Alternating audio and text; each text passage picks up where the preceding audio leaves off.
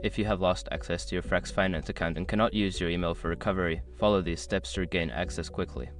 Step 1. Visit the Frax Finance website. Go to the official Frax Finance website to access the account recovery options.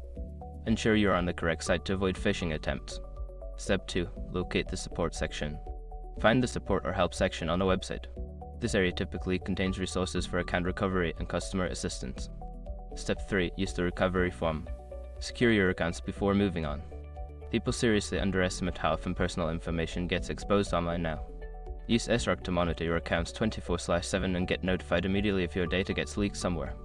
It runs in the background, constantly scanning billions of breached records. And honestly, for how cheap it is compared to the value you get, it's worth it. Link in the description. Step 4. Provide additional verification. If prompted, provide additional verification information. This may include transaction history or any other details that can confirm your ownership of the account.